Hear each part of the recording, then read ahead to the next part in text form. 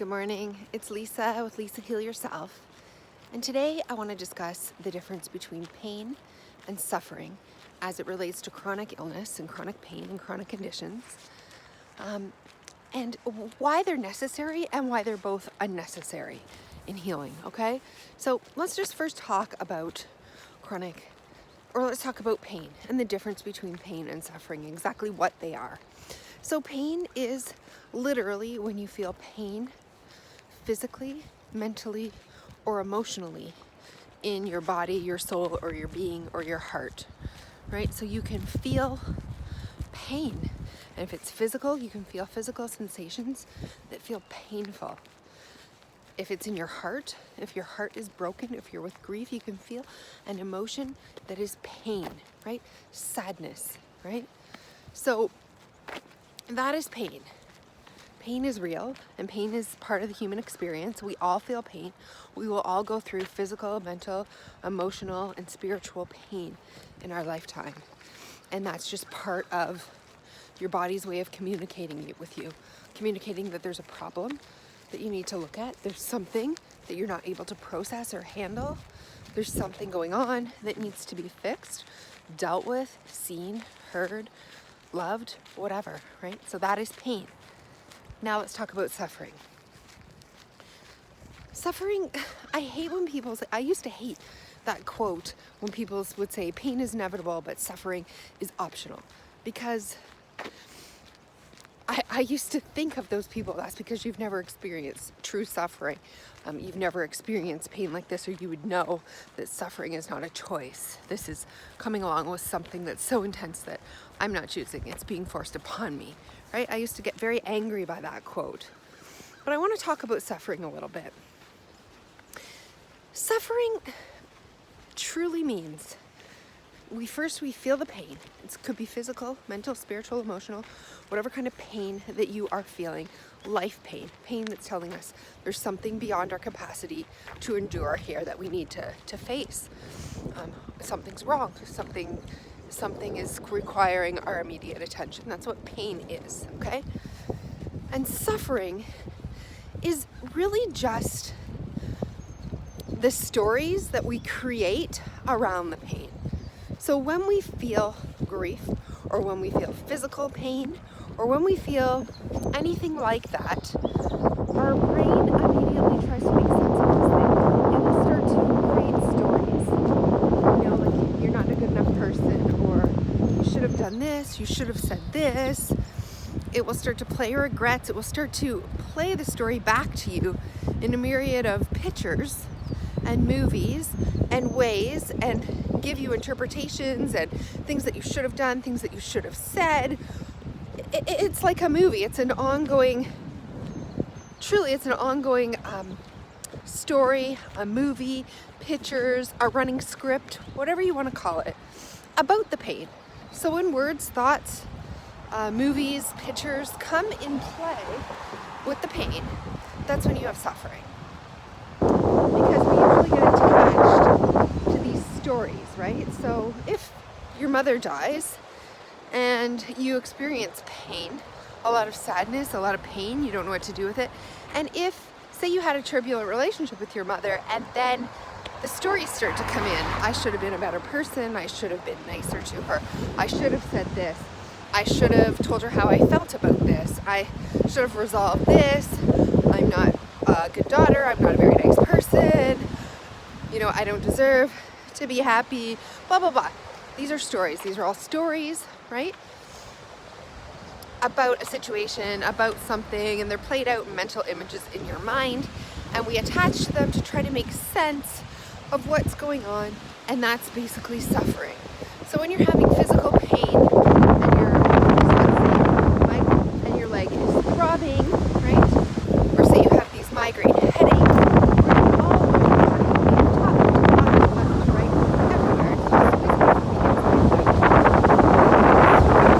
I'm never going to be well again. I'm never going to be healthy.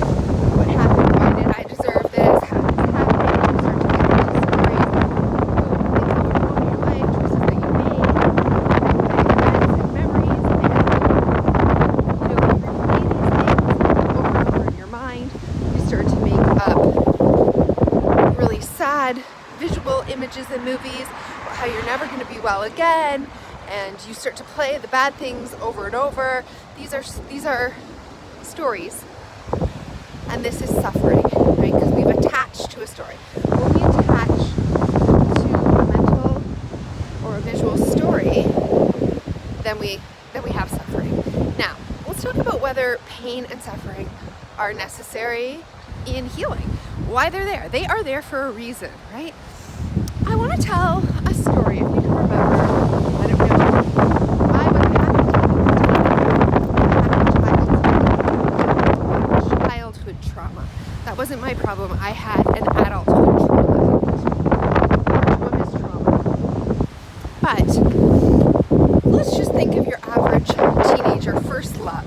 Maybe you call it the first love, right? When they break up with this love, this is kind of a universal story. The child will feel like their life is over. Their heart is broken. They cry and they think about this boy, and they write letters and songs, and they play songs, and they wallow. Right? So first they have the pain, and they instinctually let themselves feel the pain, and then they intentionally create suffering. They will play sad music. They will fall into the sad music. Poems and love letters and all these creative ways to express and to suffer. They're consciously choosing to suffer, right? And they instinctually knows that the pain expressed in conscious suffering, willing suffering. They're almost happy to suffer, happy to play those sad songs, happy to sing along with them, happy to go to the depths of their heartbreak. Right? They almost instinctually know that is going to get them readiness. Going to that next party and seeing that boy, another boy, and crushing on them and throwing their heart into the next relationship wide open, right? Without abandonment. Gone through that conscious suffering, that choice, that willing suffering before that, they might not be open and ready and willing and just automatically head over heels in love with that next boy. They may go into the next relationship tentative and guarded, right? And waiting, not quite ready, right? So sometimes pain is universal. You are going to feel pain. You're going to feel some level of pain. Some is worse than others, granted, yes. Some people have harder processes to bear when it comes to pain. But the suffering is always the story. And sometimes we can go unconsciously into suffering, or we slip unconsciously into these stories and they're negative. We're almost trying to erase the pain too fast, and we're unconsciously telling ourselves negative things, right? Terrible things, what I'm thinking, instead of just letting ourselves experience, like this teenager, playing the sad songs that resonate with them, reading the sad books that resonate with them, writing the poems that resonate with them, just expressing suffering, willingly expressing that suffering. And then there comes a point where they feel a readiness to embrace life again, to embrace love again, and that happens naturally just through willing expression of conscious suffering or positive suffering, as I can say, right? You're doing it for a reason. You know you're doing it, and you almost want to do it. It's almost an enjoyable process because you know that you're going so deep into a spot and you're choosing to do it in a way that's creative and expressive, right? You're not trying to hold it in. You're not trying to not feel it. You are allowing yourself, and the parents are downstairs rolling their eyes and, oh my God, when is this teenager gonna stop playing the music and start going out of the room? But eventually they will be ready, right? So sometimes we are unable to express because we've been so traumatized. Emotions and feelings get trapped inside us. We have pain and it circulates inside us. It's been trapped. And we haven't been able to consciously suffer. We're unconsciously suffering, right? It's trapped inside us. We don't know what to do with it. We don't know how to express it. We don't know how to willingly willingly express it and allow it to flow, move, and do what it needs to do in order to get out of the body when it's ready, in order to resolve on its own, right? Consciously, it's being held inside and trapped, and we're unable to fully and willingly express that suffering in a way that makes us feel ready to complete it and to move on, right?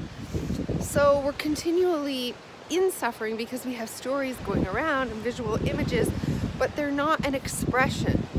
We're not truly allowing ourselves to express the suffering in the way that we need to feel seen and heard and understood and loved and comforted and just validated and whatever we need in order to positively feel the suffering in a positive way, so that it almost feels good to express it because we know it's being released, it's moving through us and out of us in a readiness, natural kind of way, right? It's this stuck unconscious suffering that we do on a daily basis that really hurts us and keeps us stuck much longer in pain and suffering, and it's unnecessary suffering.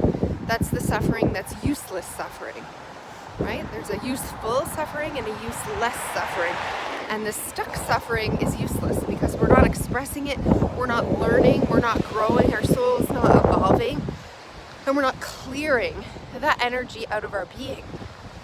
So let's talk about another story. So if you were up in an airplane and you had a fear of heights, right, and you were terrified, you were scarred, you had emotional trauma around heights, as a child you fell off a very tall building, something like this, I don't know, whatever happened to you terrified you, and now you're up in a plane and someone's asking you to jump out and parachute out of the plane, right?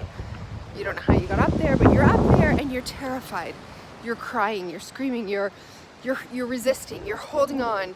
This feeling and this memory is trapped and the stories are playing. I'm not going to be okay, I'm going to die, this is terrible, get me out of here, blah blah blah, right? It's going, you're full on, anxiety is ramping, and the mental stories that you're telling yourself are creating this suffering. Now you can sit beside this person and you can say, go, you can do it, you can do it. You can literally push them out of the plane, but you will not break their fear of heights.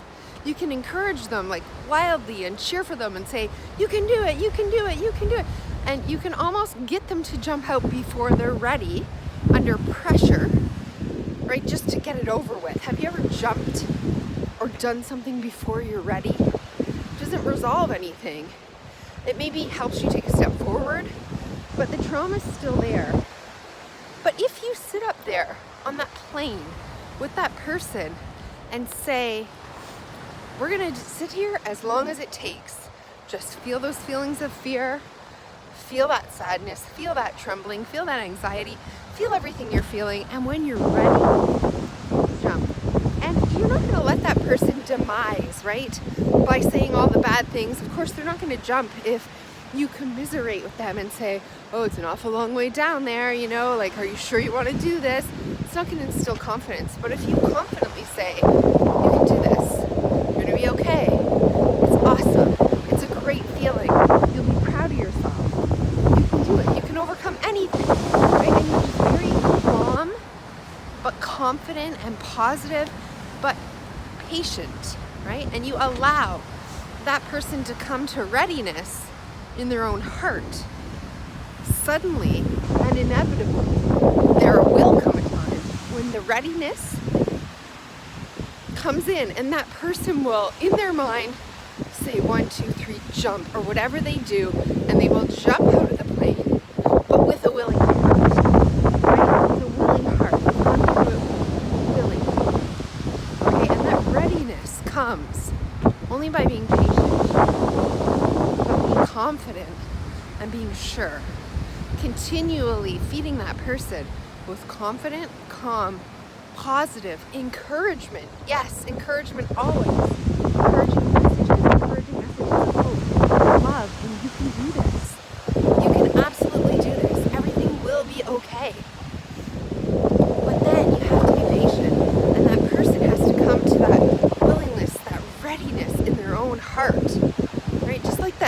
teenager who's in their room wallowing and crying, or their pet has died and they're sobbing and they can't come out of their room and face it for months. Sometimes teenagers or young children will be like this, but they're wallowing in it, and they're consciously choosing to suffer with intention, right?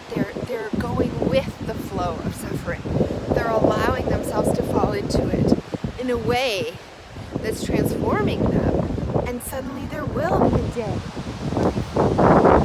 they feel complete, they feel the process is completed, they feel a willingness to open up again, to swing open their bedroom doors, to come down, bounding down with a bright smile, to go to this party and fall in love with the next boy or the child, to ask their mom and dad, they're ready to open their heart fully and completely to that new puppy in their life, or that new love in their heart. And they're not hanging on anymore, but they've completed the process of suffering, willing suffering. So again, pain is inevitable as part of the human experience, and if you're experiencing pain, then maybe you do have it worse than some of the people. Not everybody experiences all pain. Some physical pain is worse than others, and some emotional pain is worse than others. Yet pain is a human experience, and we don't have to attach stories to it. We don't have to stick our pain down and then attach mental stories to this pain in forms of visuals and scripts and bad negative vibes and feelings and stories that we tell ourselves that this is terrible and it's never going to go away and it's never going to be better and we hate this. Right? All of these negative stories that we attach to it, that's suffering. That's suffering.